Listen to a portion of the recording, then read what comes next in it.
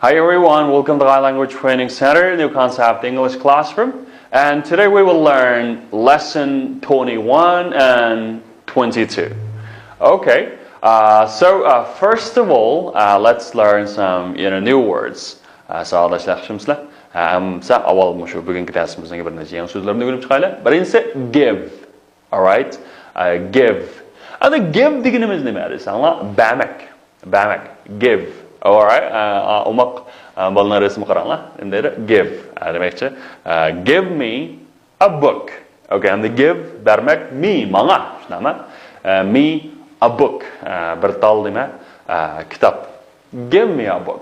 Bana bir tal kitap versiniz. Give me a book. Give me a book. Bana ne birim? Bir tal kitap birim. Kitap birim.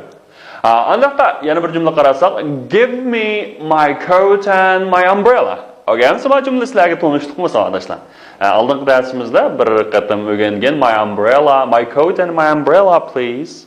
Ya cümle öğrengen şuna ama anda İngiliz tilde müş aldırıkka give me bana birim degen kısmı adeta qısqırap ketadi. Şuna my coat and my umbrella demekçe hamda paltorum bilan kunligimni. Endi men yerga hep besh sababdan sal xato chiqib qopti. Sorry.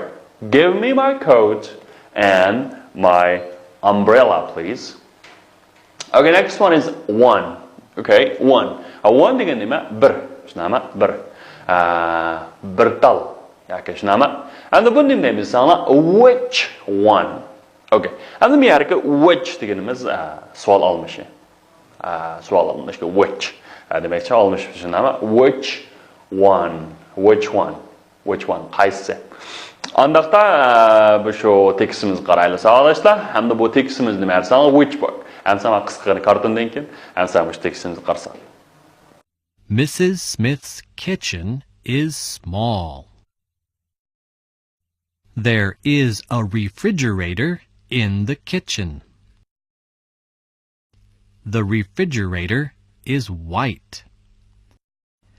It is on the right.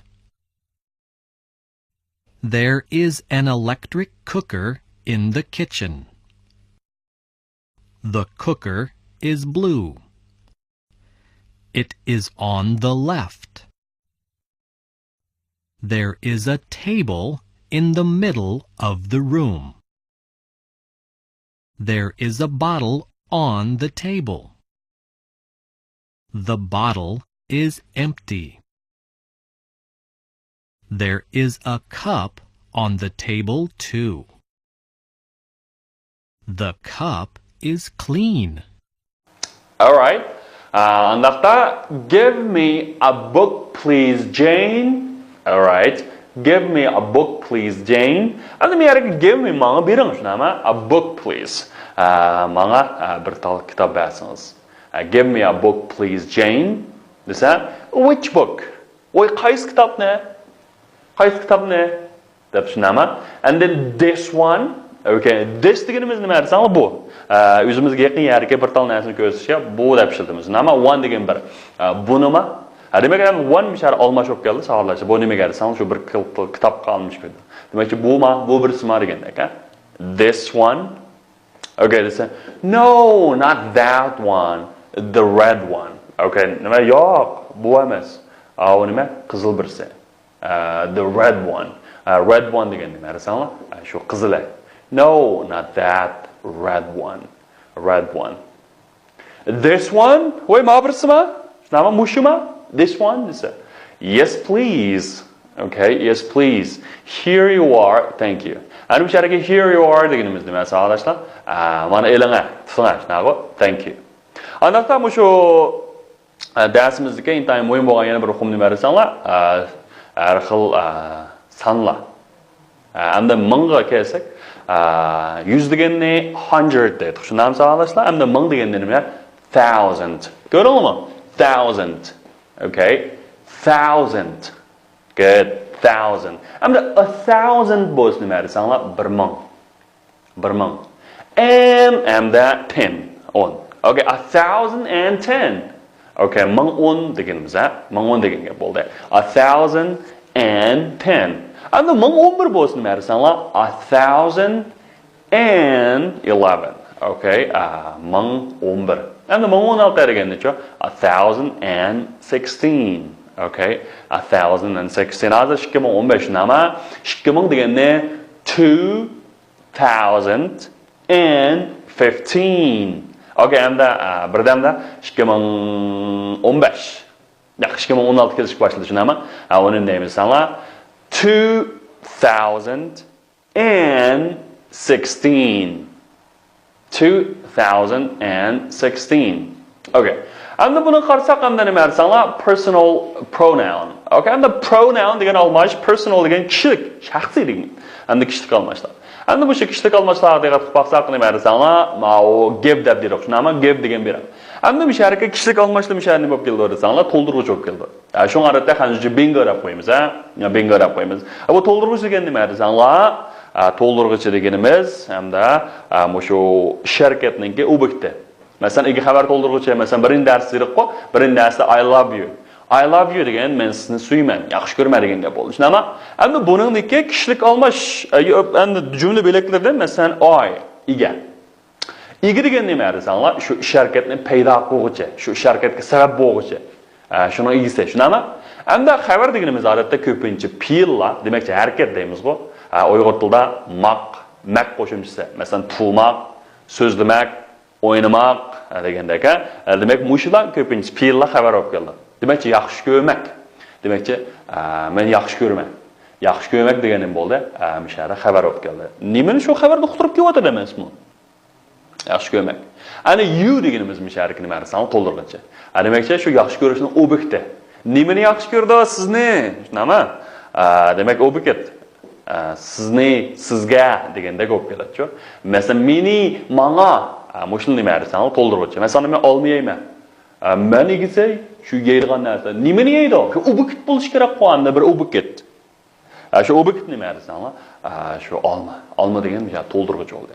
Demak, endi mana buyruq jumlalarda you shuni olib keldi. Masalan, you give me a book. Okay, you give me a book.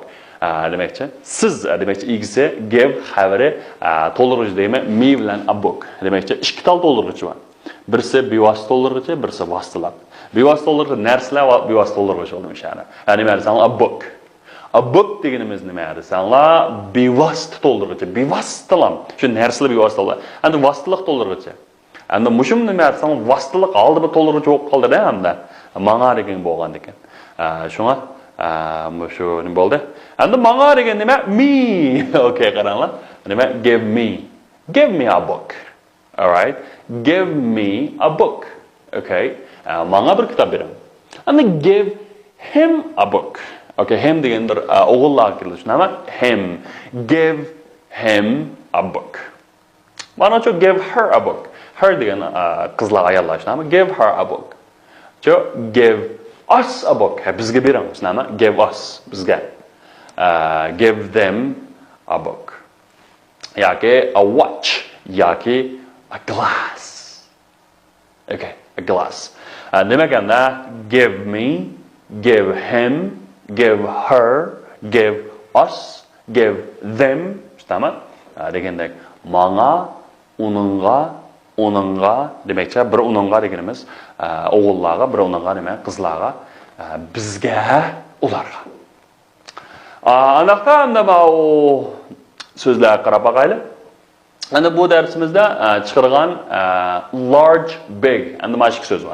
Large, big deganimizning endi nima desanglar, bu ikkisiniki farqi nima desanglar, masalan large deganimiz nima desanglar, ko'pincha shu fizikalik jihatda yoki uningki shu holati hajmi yoki cho'ng kichikligi nihoyat yo'g'on bo'lsa nima desanglar, large deganni ishlatamiz. Large deganni ishlatamiz. Endi mishariki large ninki endi ko'pinchisi nima desanglar, bu shu konkret narsalarga ishlaydi. Uningki big degancha desanglar, big deganimiz ham odatda masalan ba'zilar qo'ldan tutilmaydigan abstrakt narsalar bor, masalan big idea. Large idea degan bo'lmaydi. Big idea demak uni ishlatish tarixi texmi qanday desanglar ko'p.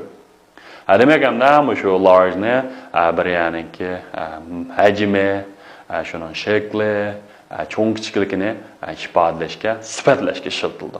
Buni qarab qarish ma'nosi nima desanglar, small. Small.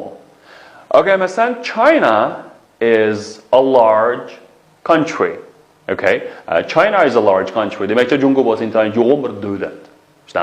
Look at that large woman in white. Qarang o aqranli kiyim kiyib olgan yo'g'on. Demak, hajm yo'g'on ayolga. Okay. Endi men yerga small bilan a little ning farqi. Endi small little tarjima qilsak nima desanglar, kichikdan chiqadi. Xuddi large bilan big o'xshashchi. Endi bu small deganimiz ham nima desanglar, bu shu miqdor jihatda shuni qiymatini ayt kichik odatiy bo'ldi.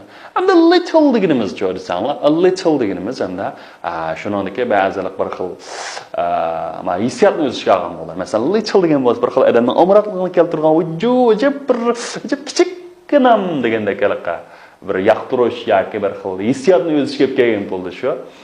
Shunga hamda little deganimiz hamda wow, what a small, a little boy, deb little boy. Demak, bizning bir xil omroqligimizni, bir xil shuning bo'lgan bir azroq hamda yaxshi ko'rish hissiyotimizni ifodalab little deymiz, nima? Bir xil nayt o'moqdek bizga nayt pays bir ta'sir olgan bo'lsa little deb ishlatamiz. Okay, little basket, vajib bir kichikkinam bir nima ekan desang, sevetgan degandek, nima? Okay, a little boy, deb kichik, a little girl degandek, nima? Ana small deganimiz, desang, shu holatda shu John kichikligi masalan, it's a small factory. U bo's bir kichik bir nima? Zavod. Okay. Arada masalan kiyim kiyecekningmi? Al-how deb qo'yamiz shunami? Okay, demakki L nomerligi deganimiz large. Shu konkurtaldan aytdi, cho'ng kichiklik cho'ng bo'lsa large. Shunami? Undan keyin kichik degani esa small, S deganimiz small, M deganicha middle. Okay, middle. Okay. Demakki shu little deganimiz kichik. Masalan, there is a little garden behind our house. Bizning uyimizning keyinda bir kichikkinam degan gap, shunami? Bir xil aytdi o'zimizning shunga bo'lgan bir ganchingsni hissiyotni ifodalab, shunami? A little house. And then masalan, she has a sweetest little smile. Uning keyin masalan, intayin tatliqqina kichikkina nimasi bor? Smile. Kulimsirishi bor.